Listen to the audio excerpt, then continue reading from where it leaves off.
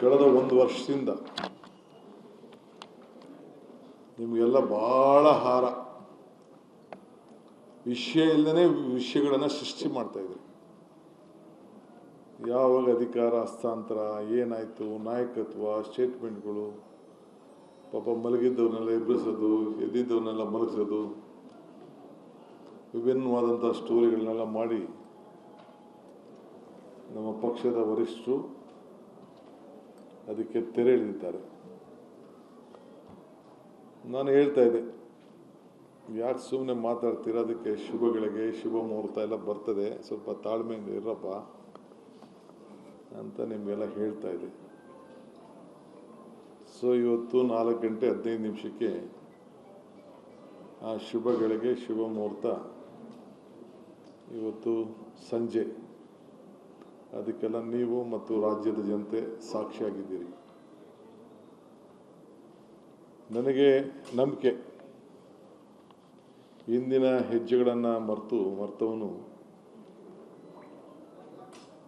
ಮುಂದಿನ ಹೆಜ್ಜೆಯನ್ನು ಇಡಲಾರ ಎಂಬ ಮಾತಿನಲ್ಲಿ ನಂಬಿಕೆಯನ್ನು ಇಟ್ಕೊಂಡಿರೋನು. If you forget the root you will not get the fruit ಅಂತ ಕೂಡ ಅನೇಕ ಸಂದರ್ಭದಲ್ಲಿ ಹೇಳಿದ್ದೇನೆ. ಇವತ್ತು ಹೊಸ ದಿನ, ಹೊಸ ಕೆಲಸಗಳನ್ನು ಮಾಡಲು ಹೊಸ ಅವಕಾಶಗಳನ್ನು ಕಾಂಗ್ರೆಸ್ ಪಕ್ಷ ಮತ್ತು ರಾಜ್ಯದ ಜನತೆ ನಮಗೆ ಕೊಟ್ಟಿದ್ದಾರೆ. ಸೊ ನಾನು ಹೊಸ ಅವಕಾಶಗಳನ್ನು ಹುಡುಕ್ತಾ ಇದ್ದೇನೆ. ಹೊಸ ಅವಕಾಶಗಳನ್ನು ಇದ್ದಂಥ ಇನ್ನು 2 ವರ್ಷದಲ್ಲಿ ಏನೆಲ್ಲ ಈ ರಾಜ್ಯದ ಜನತೆಯ ಸೇವೆಯನ್ನು ಮಾಡಲಿಕ್ಕೆ ಸಾಧ್ಯ ಸಿಕ್ಕಿದಂಥ ಅವಕಾಶದಲ್ಲಿ ನಮ್ಮ ರಾಜ್ಯಕ್ಕೆ ಕಲ್ಯಾಣವನ್ನು ಮಾಡಲಿಕ್ಕೆ ಪ್ರಯತ್ನ ಮಾಡ್ತಾ ಇದ್ದೇನೆ. ಇಂದು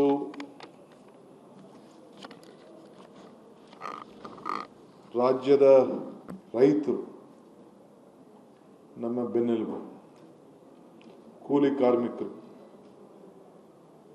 ಮತ್ತು ಎಲ್ಲ ವರ್ಗದ ಜನ, ಅವರಿಗೆ ಮುಂದಿನ ದಿನಗಳಲ್ಲಿ ಅವರಿಗೆ ಅನೇಕ ಕಾರ್ಯರೂಪಗಳನ್ನು ಸೂಚಿಸಲು, ತಯಾರು ಮಾಡಲು ಈಗಾಗಲೇ ನನ್ನ ಸಿದ್ಧತೆ ಕಳೆದ 6 ತಿಂಗಳಿಂದ ನಡ್ಕೊಂಡು ಬರ್ತಾಯಿತ್ತು. ಒಂದೊಂದೇ ಅನುಷ್ಠಾನಕ್ಕೆ ತರಬೇಕು ಅಂತೇಳಿ ಇವತ್ತು ಕ್ಯಾಬಿನೆಟ್ನಲ್ಲಿ ಸುಮಾರು ದೀರ್ಘವಾಗಿ 2 ಗಂಟೆಗಳು ಹೆಚ್ಚು ಕಾಲ ಚರ್ಚೆ ಮಾಡಿ ಇವತ್ತು 6 ಜನರಿಗೆ ಹತ್ತಿರ ಇರುವಂಥ ಕೆಲವು ಸಮಸ್ಯೆ ಇರೋಂಥದ್ದಕ್ಕೆ ಒಂದು ಹೊಸ ಯುವಯುಗ ಪ್ರಾರಂಭ ಆಗಬೇಕು ಅನ್ನೋ ದೃಷ್ಟಿಯಿಂದ ಕೆಲವು ತೀರ್ಮಾನವನ್ನು ಮಾಡಿದ್ದೇವೆ. ನಾನು ಇವತ್ತು ಮಾಧ್ಯಮ ಸ್ನೇಹಿತರಿಗೆ ಮತ್ತು ಈ ರಾಜ್ಯದ ಜನತೆಗೆ ನನ್ನ ಮೇಲೆ ಅಪಾರವಾದಂಥ ವಿಶ್ವಾಸ, ನಂಬಿಕೆಯನ್ನು ತಾವು ಇಟ್ಕೊಂಡಿದ್ದೀರಿ. ಹಿಂದೆ ಬೇಕಾದಷ್ಟು ಟೀಕೆಗಳಾಗಿರ್ಬೋದು, ಬೇಕಾದಷ್ಟು ಒಳ್ಳೆ ಮಾತುಗಳನ್ನು ಕೂಡ ತಾವೆಲ್ಲ ಬರೆದಿರ್ಬೋದು, ತಿಳಿಸಿರ್ಬೋದು. ಹಿಂದೆ ಹೇಳಿದ್ದೆ, ಟೀಕೆಗಳೆಲ್ಲ ಸಾಯ್ತವೆ, ನಮ್ಮ ಕೆಲಸಗಳು ಉಳಿತವೆ ಅನ್ನೋದು ಮಾತನ್ನು ಕೂಡ ನಾನು ಹೇಳಿದ್ದೆ.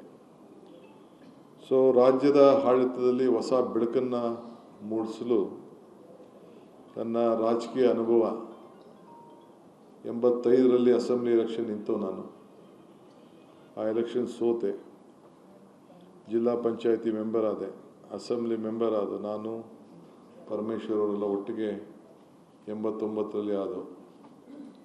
ವಿವಿಧ ಸಂಪುಟಗಳಲ್ಲಿ ಕೆಲಸ ಮಾಡಿಕೊಂಡು ಬಂದಿದ್ದೇವೆ. ಸೊ ಅಪಾರವಾದಂಥ ಅನುಭವದ ಭಂಡಾರದಲ್ಲಿ ಮುಳುಗಿದ್ದೇನೆ. ಕಷ್ಟ ನೋಡಿದ್ದೇನೆ, ಸುಖ ನೋಡಿದ್ದೇನೆ, ಚಿಕ್ಕ ವಯಸ್ಸಿನಲ್ಲಿ ಅಧಿಕಾರ ನೋಡಿದ್ದೇನೆ, ಅನೇಕ ರಾಜಕೀಯ ತಂತ್ರಗಳು ಕೂಡ ಆ ಬಲೆಗೆ ಕೂಡ ಬಿದ್ದಿದ್ದೇನೆ.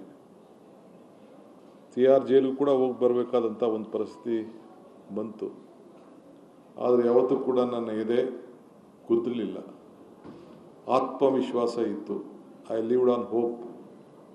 ದಟ್ ಹೋಪ್, ಏನು ಒಂದು ವಿಶ್ವಾಸ ಇತ್ತಲ್ಲ, ಆ ವಿಶ್ವಾಸ ಇವತ್ತು ಮತ್ತೆ ಈ ರಾಜ್ಯದ ಜನತೆಯ ಸೇವೆಯನ್ನು ಮಾಡಲಿಕ್ಕೆ, ಸಾಕ್ಷಿ ಗುಡ್ಡೆಯನ್ನು ಬಿಟ್ಟು ಹೋಗಲಿಕ್ಕೆ ಇವತ್ತು ನನಗೆ ಅವಕಾಶವನ್ನು ಸಿಕ್ಕಿದೆ.